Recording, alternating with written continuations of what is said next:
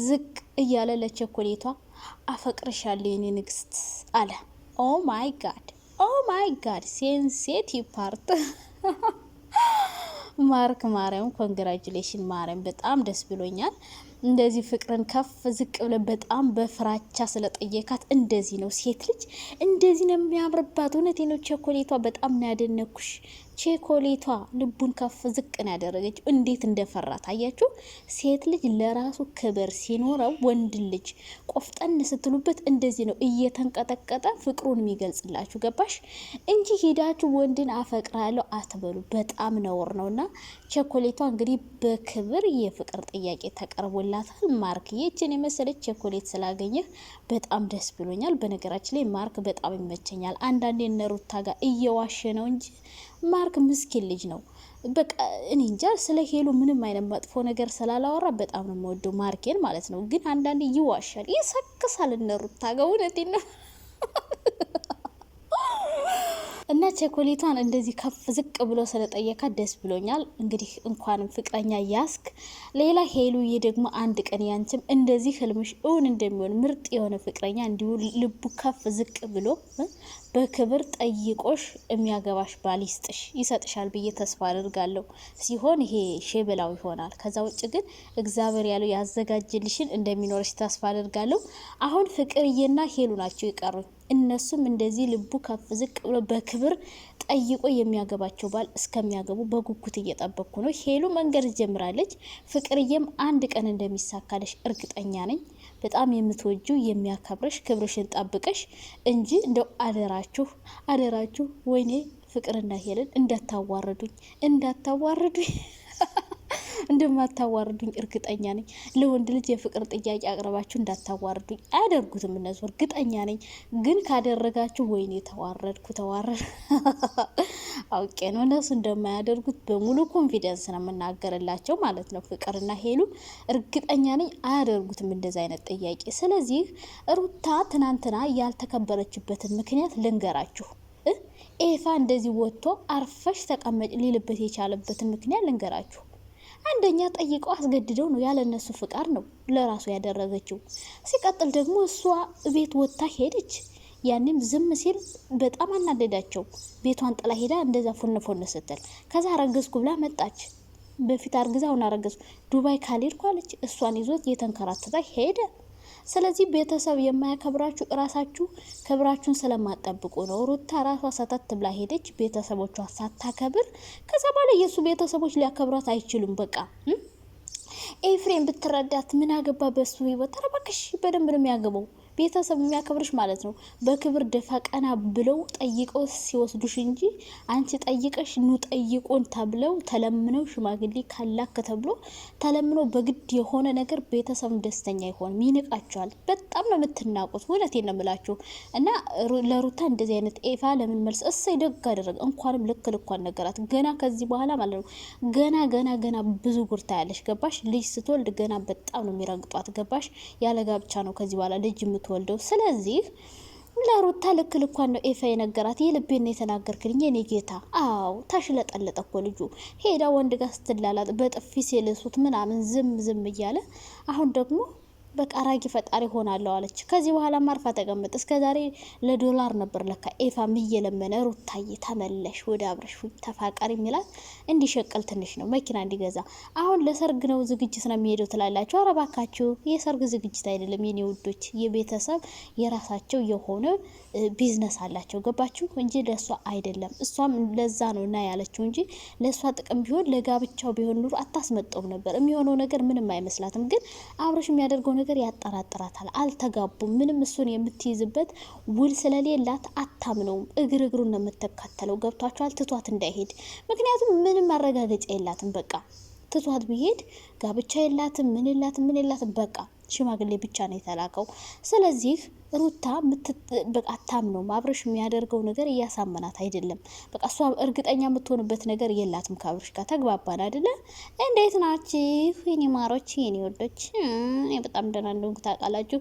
ዌል እንግዲህ ዛሬ ደግሞ አንድ እንግሊዘኛ ጨምርኩ። ሶ ከሚለው ዌል ማለት ምን ማለት ነው? በነገራችን ትርጉሙን ሳላውቀው እንደምናገር ታውቃላችሁ። ግን ፈጣሪ ሆይ ትዕግስቱን ስጠኝ። ሶ ዛሬ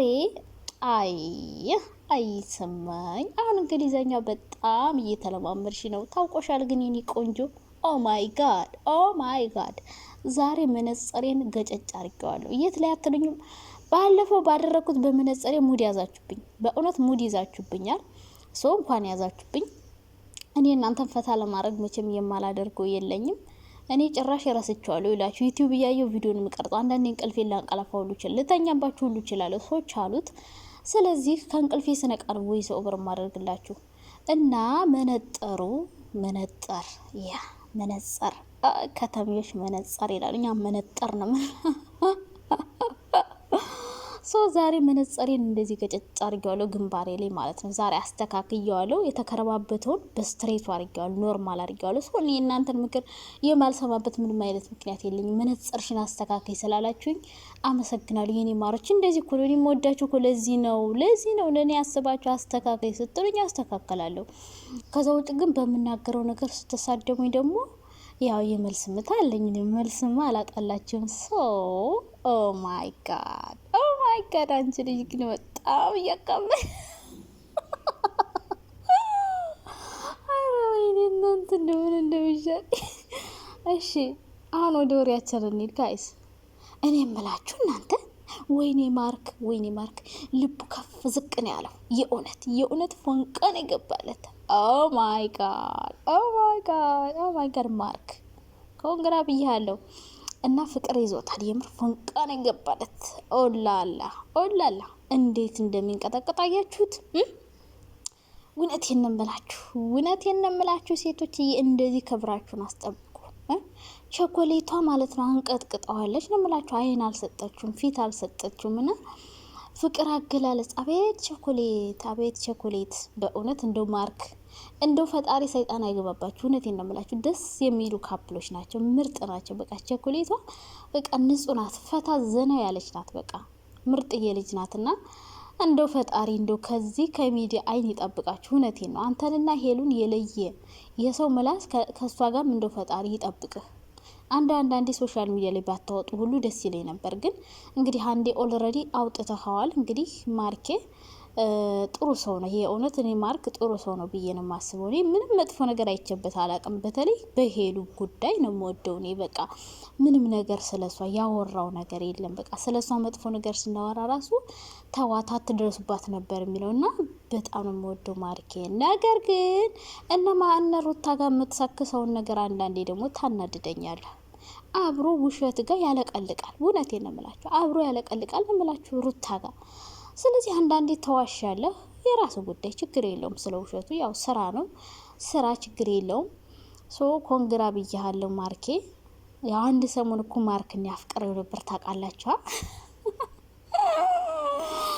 ፍቅር ያዘ ብዬ ከማርክ ያዙ ይልቀቁኝ ብዬ ነበረ።